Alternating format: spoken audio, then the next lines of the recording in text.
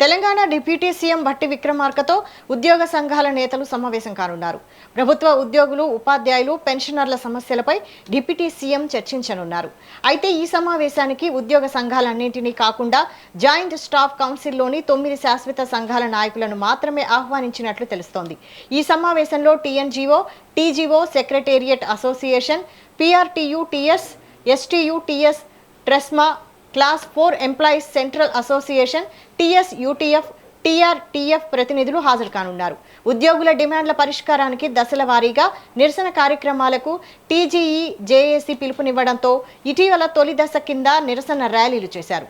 రెండో దశలో మే 5న రాష్ట్ర వ్యాప్తంగా నిరాహార దీక్షలు నిర్వహించనున్నారు.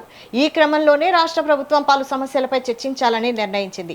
అందుకే ఇటీవల శాఖల వారీగా డిమాండ్ల వివరాలను అత్యవసరంగా పంపాలని ప్రభుత్వం ఆదేశాలు జారీ చేసింది. మొత్తం 64 డిమాండ్లు ఉన్నా ప్రధానంగా పీఆర్సీ నివేదిక తెప్పించుకొని అమలు చేయాలన్న దానిపైనే సంఘాల నేతలు పట్టుబట్టే అవకాశం ఉందని సమాచారం.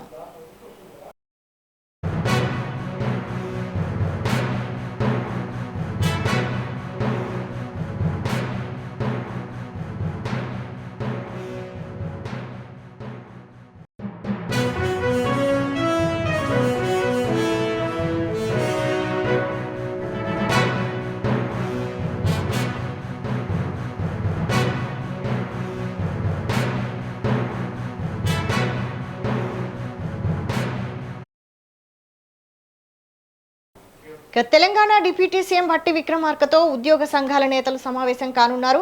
ప్రభుత్వ ఉద్యోగులు, ఉపాధ్యాయులు, పెన్షనర్ల సమస్యలపై డిప్యూటీ సీఎం చర్చించనున్నారు.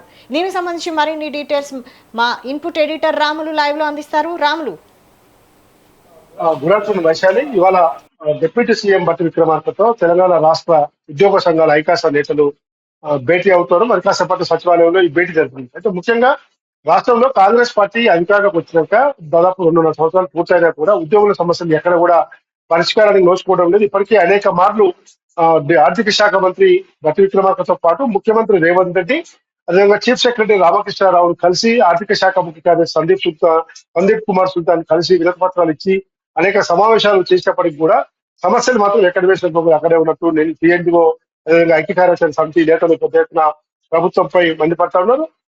గతంలో ఈ రాష్ట్ర వ్యాప్తంగా కూడా అన్ని మండల కార్యాలయాల ముందు, మండల కార్యాలయాలు కూడా రాష్ట్ర ప్రభుత్వ ఉద్యోగులు ప్రభుత్వ వైఖరి నిరసనగా నల్ల బ్యాడ్జీలు ధరించి నిరసన ర్యాలీలు తెలిపారు. అయితే వచ్చి ఈ నెల 5వ తేదీన కూడా రాష్ట్ర వ్యాప్తంగా అన్ని జిల్లా కలెక్టర్ కార్యాలయాల ముందు భారీ స్థాయిలో అన్ని రకాల ఉద్యోగులు ధర్నాలు చేపట్టాలని చెప్పి తెలంగాణ రాష్ట్ర ఉపాధ్యాయ ఉద్యోగ సంఘాల ఐక్యకార్యదర్శి సమితి నిర్ణయించింది.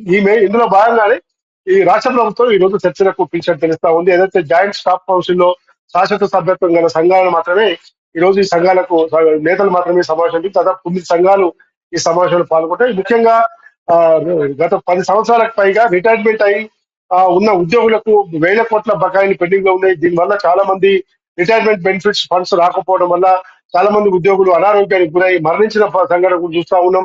ఇక తర్వాత పిఆర్సీ విషయంలో మాత్రం దాదాపు 30 ఏళ్ళుగా పిఆర్సీ లేదు. ఈ పిఆర్సీ సమస్య పరిష్కారం కోసం కూడా నివేదిక తెప్పించుకొని తొందరగా పరిష్కరించాలని చెప్పి కూడా ప్రభుత్వం చెప్తా ఉంది. ఉద్యోగుల సమస్యల పరిష్కారానికి సబ్ కమిటీ వేసినప్పటికీ ఆ సబ్ కమిటీ నివేదికలు ఏమయ్యాయని కూడా ఉద్యోగులు ప్రశ్నిస్తున్నారు. దాదాపు ఇటీవలనే రిటైర్మెంట్ బెనిఫిట్ సంబంధించిన 14,000 కోట్ల రూపాయల నిధుల విడుదల సంబంధించి సంవత్సరానికి 1000 కోట్ల చొప్పున విడుదల చేస్తామని చెప్పి మొదటి విడతలో 2025 ఏదైతే సంవత్సరం లోపు ఎవరైతే ఉద్యోగులు రిటైర్ అయ్యారో వాళ్ళ కోసం 1000 కోట్లు విడుదల చేశారు. ఇంకా 13,000 కోట్ల రూపాయలు విడుదల చేయాల్సి ఉంది దాదాపు. కాబట్టి తక్షణమే ఈ బడ్జెట్ సమావేశం చేస్తారేమో చెప్పి చూసాము.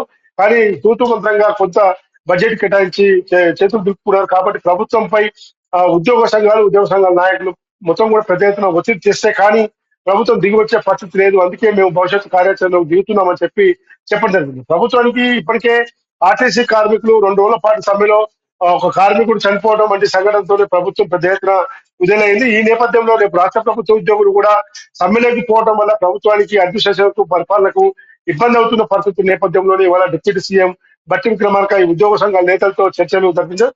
మొత్తం 64 డిమాండ్లు ఉన్నప్పటికీ కూడా అందులో ప్రధానమైనది PRC 1, DA 1, EHS employees health scheme అనేది చాలా ముఖ్యమైన సమస్యగా ఈ రోజు ప్రభుత్వం భావించాలి. అందుకు చర్చలు సానుకూలంగా జరిగి ప్రభుత్వ ఉద్యోగుల సమస్యల పరిష్కారం కోసం ప్రభుత్వం కృషి చేయాలని చెప్పి కూడా ఉద్యోగ సంఘాలు డిమాండ్ చేస్తున్నాయి. వర్షాలు రాములు ముఖ్యంగా పీఆర్సీ నివేదిక తెప్పించుకొని అమలు చేయాలన్న దానిపై ఈ సంఘాల నేతలు పట్టుబట్టే అవకాశం ఉంది కదా. ఈ పీఆర్సీపై ఎలాంటి నిర్ణయం తీసుకునే అవకాశం ఉంది ప్రభుత్వం? అంటే పిఎస్సి పైన ప్రభుత్వం సబ్ కమిటీ వేసింది, అధికారులు కొంతమంది మంత్రులు కలిసి. ఇప్పటికే ఇంకా చర్చలు జరుగుతూ ఉన్నాయి. ఖచ్చితంగా నివేదిక తెప్పించుకోవాల్సింది, తెప్పించుకొని చర్చలు పిలిస్తే బాగుండేది. అయినా కూడా ఈ రోజు చర్చల్లో మాత్రం పిఆర్సీ నివేదిక పైనే, తర్వాత పాత పెన్షన్ స్కీమ్ తో పాటు ఇదే విధంగా రిటైర్మెంట్ బెనిఫిట్ ఫండ్స్ రిలీజ్ గురించి, ఈ 3 అంశాల గురించి ఈహెచ్ఎస్ ఈ అంశాలపై మాత్రం గట్టిగా పట్టుబట్టే అవకాశం ఉందని కూడా తెలుస్తా ఉంది ఈ విషయాన్ని. Thank you Ramulu.